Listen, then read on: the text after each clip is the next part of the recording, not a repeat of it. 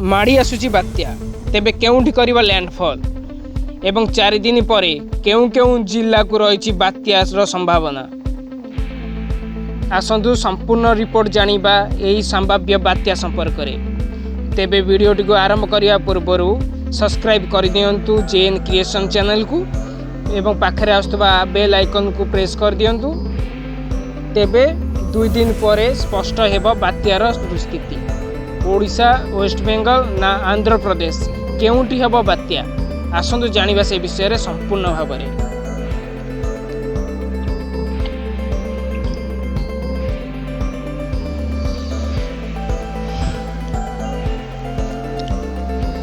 पुणी घारिलाणी बात्यार भय। अंडमान सागर रु आसीपारे बात्या। संभाव्य बात्या आसनी को नहीं बढ़िलाणी आशंका। ढ ढ खरा समय रे समुद्र विपदर आशंका करा जायछि। आईएमडी सूचना अनुसार आज दक्षिण अंडमान सागर में घूर्णिबलय सृष्टि हेब। 6 तारिख बेलू यह लघुचाप परिणत हेब। परवर्ती 24 घंटा समय यह सदृश लघुचाप परिणत होबार आशंका करा जायछि। 7 तारिख बेलू यह बात्यार रूप नहीं पारे। बात्या ओडिशा रे लैंडफॉल करिवार संभावना अधिक थिबार पाणीपाग विशेषज्ञ माने कहि आसुचंती। संभाव्य बात्या को नहीं बीएमसी आरंभ करछि निजर मुकाबला प्रस्तुति एवं एसआरसी निर्देश क्रमे प्राथमिक बैठक में तलिया अंचल लोकों को बात्या आश्रयस्थल को स्थानांतरण करने 72 आश्रयस्थल को प्रस्तुत रखा। वर्षा समय जलबंदी ड्रेनेज समस्या पर विभिन्न पदक्षेप नेबा को गुरुत्व दि जाइछि। 31 संवेदनशील ड्रेन चिन्हट करा जाय काम आरंभ करा जाइछि। बात्या पर स्थितिर मुकाबला पई आवश्यक सामग्री मौजूद रखा निर्देश दि जाइछि। सेपरि अग्निशम बाहिनी और ओड्राफ टीम को मध्य प्रस्तुत रहा कहुई।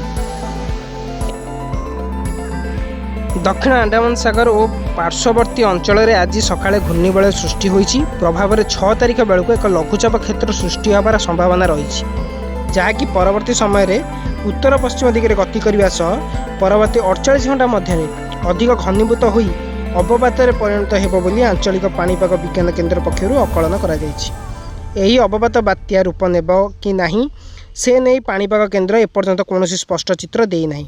बरं लघुचाप सृष्टि हेबा परे यह केउं आड़े गति करिवो से नहीं कहि हेब बोली पाणीपाग केन्द्र निर्देशक HR विश्वास करछन्ति।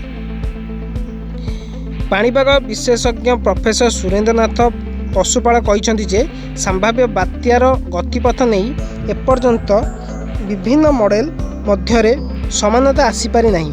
दक्षिण अंडमान सागर में सृष्टि होउथिबा घूर्णिबलय आसंता 6 तारिख सुधा लघुचाप परिणत हुई 8 तारिख सुधा बात्यार रूप नेब। यह प्रथमे उत्तर पश्चिम दिगरे गति करी ओडिशा आड़ को मुहाइब। 10 तारिख पर दिग परिवर्तन करी पश्चिम को संलग्न बांग्लादेश उपकूल को गति करिब।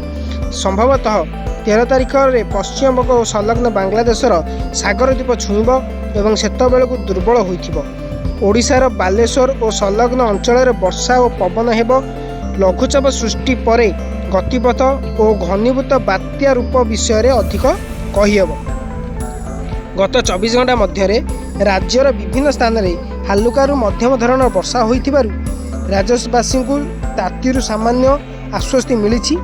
कटक जिला बांकी ठारे सर्वाधिक 90 मिलीमीटर वर्षा होइथिला बेले कोरापुट जिले में 76, पुरी जिले में 70, भद्रक में 55.5 मिलीमीटर रेकर्ड करा जाइछि। आसंता 28 घंटा मध्य उपकूल जिला समेत झारसुगुड़ा, संबलपुर, देवगढ़, अनुगुल, ढेंकानाल, कलाहांडी, रायगड़ा, कोरापुट, मालकानगिरी और नवरंगपुर आदि जिले में घड़ी घड़ी सह वर्षा होबार संभावना रही। आसंता 7 तारिख पर्यंत ओडिशा रे कालबैशाखी वर्षा लगी रहिबो। तापमात्रा से भली कौनसी परिवर्तन हेब नाही। आज दिन में बौद्ध रे राज्य सर्वाधिक तापमात्रा 42.5 रेकर्ड करा जायतिला एवं सोनपुर रे 41.7, जाजपुर 41, झारसुगुड़ा 40.8, देवगढ़ 40.4, अनुगुल 40.1, संबलपुर और बलांगीर 40 डिग्री रही।